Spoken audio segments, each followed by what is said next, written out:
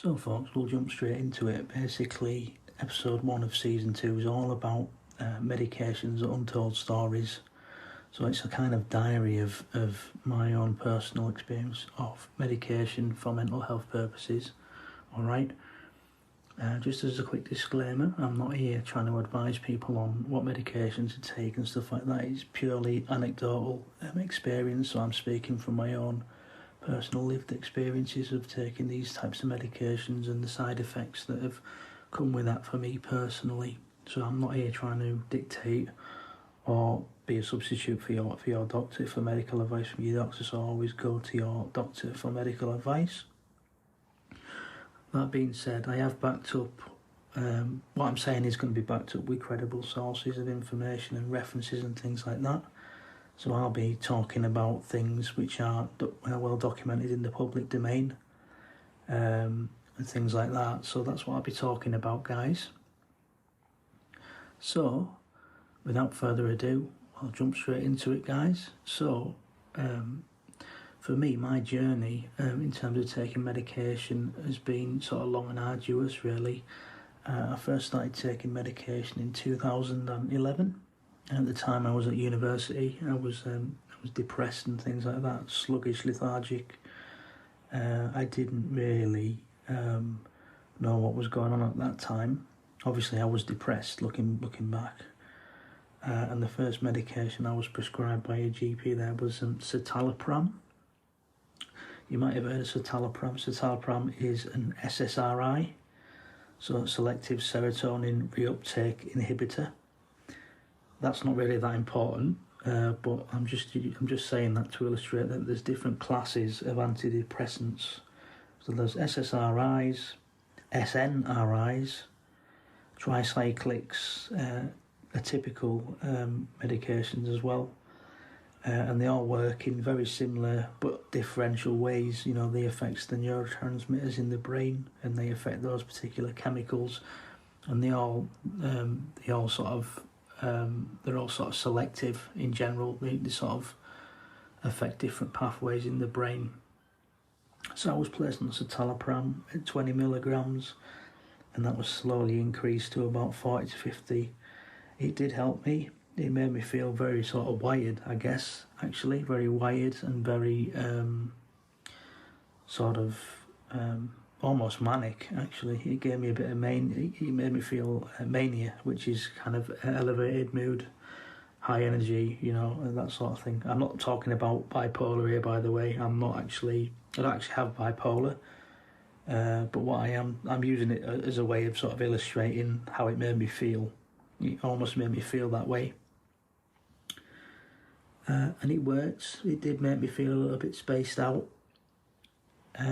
It worked for about 2 years and then it just stopped working, which is quite common, guys, actually. They do say that up to,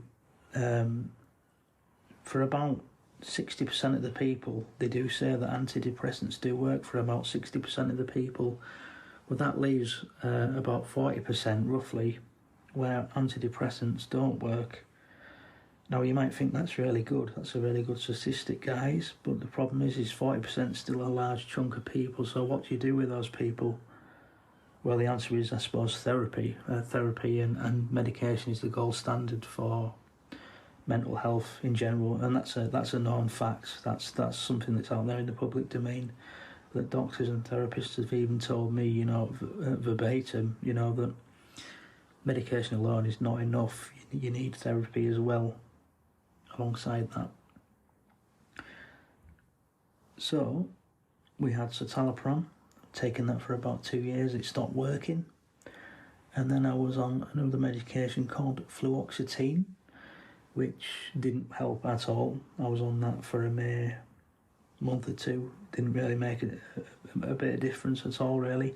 Same class of medication, SSRI, selective serotonin reuptake inhibitor. So it in fact affects the serotonin in the brain. That's how it kind of works. And it's selective in that it affects just the serotonin in general, which is a feel-good chemical in the brain. You know, affects your mood, regulates your mood and your emotions and all that sort of thing. So fluoxetine, didn't take that very much. And then I think the third medication that I tried, because I've tried a lot, guys, by the way, I've tried up to about 7 or 8 now. The third medication that I tried was, oh God, bear with me, guys. The name escapes me, but it's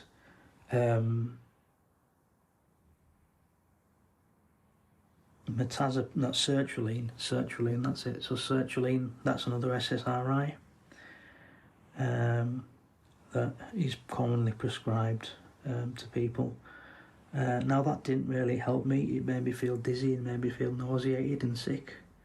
It did make me feel very alert, and actually I was almost sort of too alert. Actually, I couldn't really switch off. And I was taking that on and off for about 2 years. Didn't really keep up with taking it that well. I wasn't very disciplined with taking medication, so that was a bit of a problem for me, taking the sertraline. And then I was put on to propranolol, which is a beta blocker, guys, commonly prescribed for people with high blood pressure and things like that. But obviously it's used off-label for anxiety and things. It lowers the blood pressure and slows the heart down and things like that. So it's used for people to lower your blood pressure, so it has a very sedative effect on people. So it's prescribed off-label for people with anxiety or people who have panic attacks. And I was prescribed that to take as and when I needed. And unfortunately, that didn't really help me. I actually ended up getting used to the medication, and it didn't really help in the end. And then I was switched to mirtazapine because I was having problems sleeping, guys. And that's well known to help you sleep. Mirtazapine is. So they prescribed me mirtazapine, and I was on that for probably about a year. But I started to develop paranoid ideas and paranoid delusions, guys, around smell and things like that. I actually developed the belief that I smelled and people didn't want me around and things like that. And even now I'm very hypervigilant and things like that. And it has caused a change in my behaviour, guys. It does make me not aggressive to people, but I'm very on guard and stuff like that. Very sensitive to rejection, very self-conscious. So from then, I was put on lefipramine, which is a different class of antidepressant. It's a SNRI, which is, it affects the serotonin and the noradrenaline in your brain. So it affects the adrenal glands, adrenaline glands, and the serotonin in your brain. Lefipramine did help me. It calmed me down, but I've quickly found that I was getting more and more angry on it. Angry at the state of the mental health services, basically, more than anything. So I ended up being switched on that again. I was increased initially. I can't remember the dosage, but I was increased, and then eventually I got switched again to duloxetine. And duloxetine's worked for me quite well. And at this point, we're on the sort of 7th or 6th medication now over the space of 10 years. Duloxetine helps me massively. It's prescribed for anxiety and depression, and also off-label for fibromyalgia and nerve pain and muscle pain. And this information is widely available. I'm not quoting, by the way, verbatim, rather.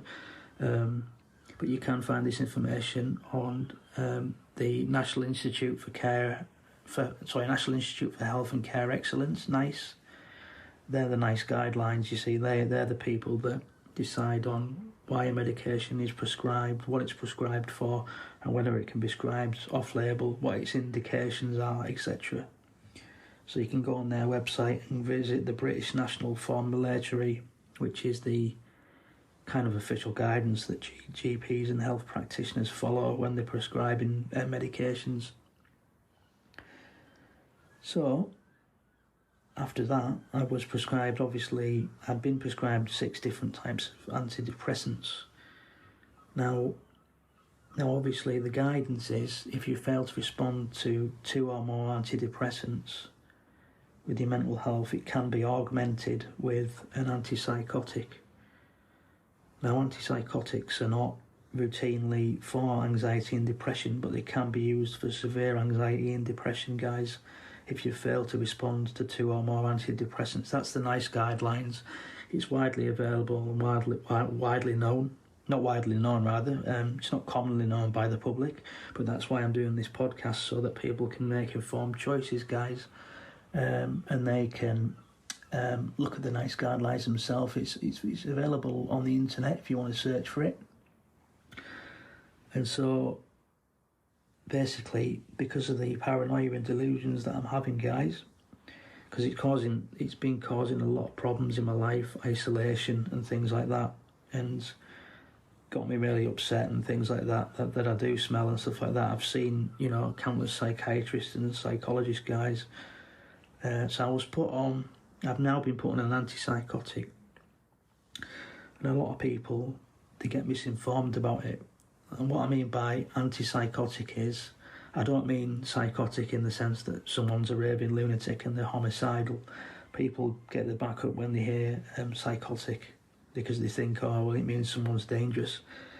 No, so antipsychotic, what that's referring to is something called psychosis, which is basically where someone loses contact with reality, guys, and they'll experience things like delusions, hallucinations, and there's a lot of different types of hallucinations you can experience. Auditory, you can hear voices; visual, you can see things; gustatory, that means you can sort of taste things; and olfactory, which is smell, so you can smell things, and you might think, well, I can smell certain smells and things like that.